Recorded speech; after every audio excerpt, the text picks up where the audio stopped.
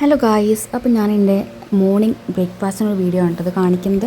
ഇപ്പം ഒരു 2 മാസമായിട്ട് ഇപ്പോൾ ഇതാണ് ഫോളോ ചെയ്യുന്നത്. കുറച്ച് വെയിറ്റൊക്കെ ഒന്ന് കുറയ്ക്കാമെന്ന് വിചാരിച്ചു. അപ്പോൾ ഓട്സാണ് എടുത്തിരിക്കുന്നത്. എല്ലാവർക്കും അറിയാവുന്നതായിരിക്കും.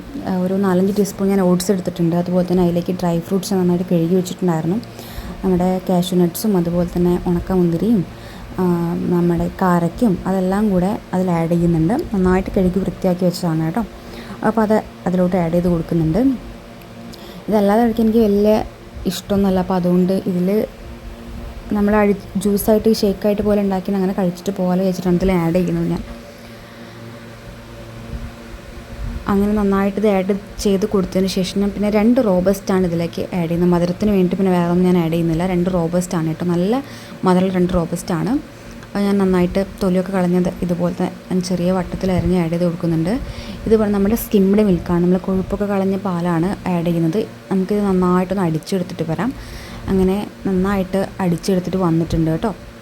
ഇനി നമുക്കിതിലോട്ട് ആഡ് ചെയ്യുന്നത് ചിയാ സീഡാണ്. ഞാനൊരു ടീസ്പൂൺ ചിയാ സീഡ് ഞാൻ ഇതിലോട്ട് ആഡ് ചെയ്ത് കൊടുക്കുന്നുണ്ട്. അതിൻ്റെ കൂടെ തന്നെ 1 ടീസ്പൂണോളം പംകിൻ സീഡാണ് ആഡ് ചെയ്യുന്നത് കേട്ടോ. ഈ പംകിൻ സീഡ് നല്ല ടേസ്റ്റിനായിരുന്നു. കുറച്ച് സാൾട്ടഡ് ആയതുകൊണ്ട് എനിക്ക് ഭയങ്കര ഇഷ്ടപ്പെട്ടു കേട്ടോ.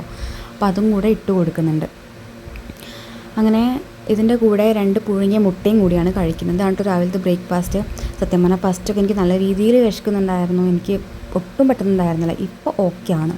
നല്ല രീതിയിൽ വെയിറ്റ് ലോസിന് സഹായിക്കുന്നൊരു ഡ്രിങ്ക് കൂടിയാണ് കേട്ടോ.